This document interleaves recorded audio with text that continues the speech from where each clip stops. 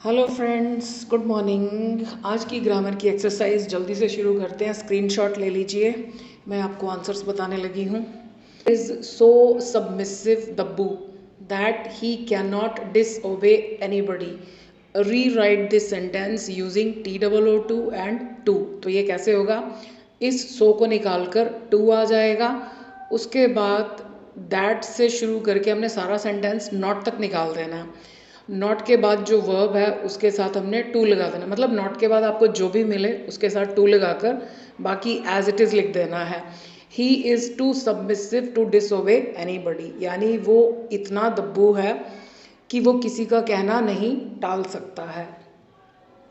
Don't जज anybody, इसका voice change करना है, ये एक्टिव वॉइस है। किसी को जज मत करो, ये इम्पेरेटिव सेंटेंस है। अगर इसमें ऑब्जेक्ट है, जैसे कि इसमें है जज करो किसको, एनीबडी, तो ये दो तरीके से बन सकता है। एक तो सीधे सीधे कि यू आर एडवाइज्ड, ये हो गया passive voice, you are advised not to जज एनीबडी, मतलब डोंट को निकाल दिया, सॉरी डू को निकाल दिया, नॉट के बाद ध्यान रखिएगा, नॉट के बाद टू लगाना है। तो यानी तुमको सलाह दी जाती है कि तुम किसी को जज मत करो।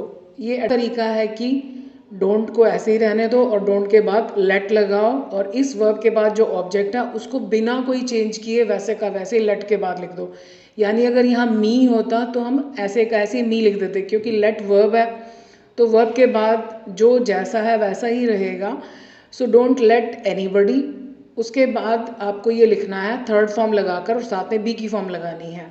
सो डोंट पहले लेट लगाना है, फिर इसके बाद जो ऑब्जेक्ट है उसको लेट के बाद बिना चेंज किए, फिर उसके बाद be and then third form कि she has more patience than her friends. इसकी डिग्री चेंज करनी है, ये कंपैरेटिव डिग्री है, पॉजिटिव में चेंज करना है। मीनिंग समझो कि उसके अंदर अपने फ्रेंड्स से ज़्यादा पेशेंस है, तो यानी उसके फ्रेंड्स में उतनी पेशेंस नहीं है।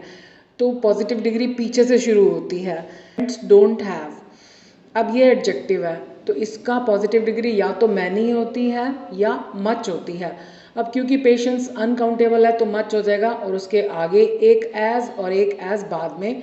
लेकिन जब पहले नॉट आ जाए तो, ओहो मैंने एज लिख दिया, यहाँ सो हो जाना चाहिए। Her friends don't have so much patience as she, यहाँ सो आना चाहिए। You would regret if you did not avail this opportunity, conditional type second.